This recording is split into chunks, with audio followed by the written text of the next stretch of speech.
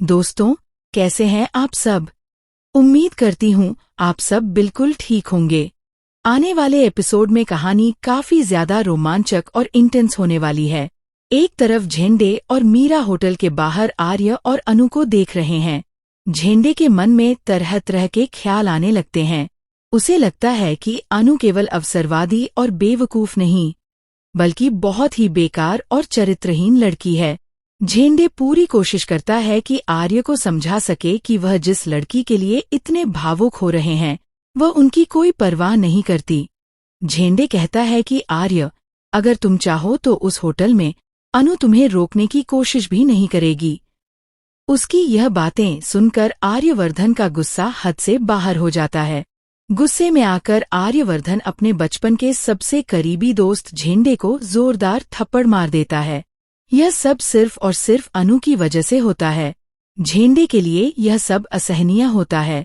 उसे ऐसा लगता है कि एक साधारण लड़की, जो 4 दिन की मेहमान है, उसकी दोस्ती और जीवन में इतनी अहमियत कैसे पा सकती है। झेंडे का दिल टूट जाता है। वह गहरे दुख और निराशा के साथ वहां से चला जाता है। वह आर्य को चेतावनी देता है कि यह लड़की उसकी जिंदगी में केवल तबाही और संकट लेकर आएगी। वहीं दूसरी तरफ मीरा भी इस दृश्य को देखकर बहुत दुखी हो जाती है। वह आर्य और अनु को एक साथ होटल के बाहर देखती है और उसके आंसू रुकने का नाम नहीं लेते। वह अंदर से जल रही है, क्योंकि वह जानती है कि आर्य अब उससे प्यार नहीं करता, लेकिन उसके दिल में अनु के लिए ईर्ष्या और द्वेष का भाव तेजी से बढ़ रहा है। मीरा अब बदले की आग में जलने लगी है।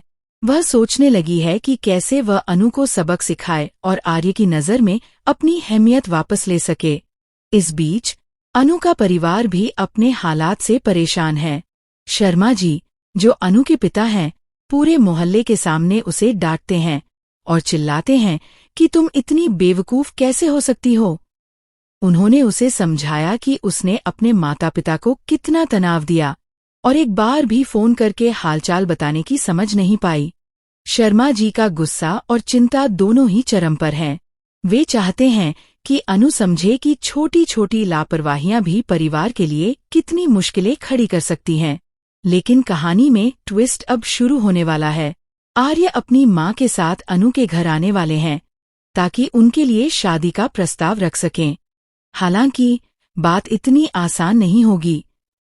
अनु और आर्य के बीच उम्र का अंतर और उनके परिवारों के दृष्टिकोण इस रिश्ते को लेकर बड़ी चुनौती पेश करते हैं। क्या उनके परिवार इस अंतर को समझ पाएंगे? क्या वे दोनों के प्यार को स्वीकार करेंगे और शादी को हाँ कहेंगे, या फिर इस रिश्ते में और मुश्किलें आएंगी? यह देखने वाला है कि आगे क्या होता है। और दोस्तों, ये तो अभी कहानी की शुरुआत भर है। आगे होने वाला है बहुत बड़ा ट्विस्ट, जो सबको हैरान कर देगा। भविष्य में आप देखेंगे कि कैसे अनु की पर्सनल स्ट्रगल और मीरा की ईर्ष्या इस कहानी को और भी रोमांचक बना देती है। वहीं झेंडे और आर्य के बीच दोस्ती की परीक्षा होगी और देखना होगा कि गुस्से और गलतफहमियों के बीच उनका रिश्ता कितना मजबूत रह पाता है। तो दोस्तों, आज की कहानी यहीं समाप्त करते हैं, लेकिन याद रखिए, आने वाले एपिसोड में और भी ज्यादा सस्पेंस, ड्रामा और भावनाओं का तूफान आने वाला है। तब तक खुश रहिए, सुरक्षित रहिए और देखते रहिए द ड्रामा ट्विस्ट।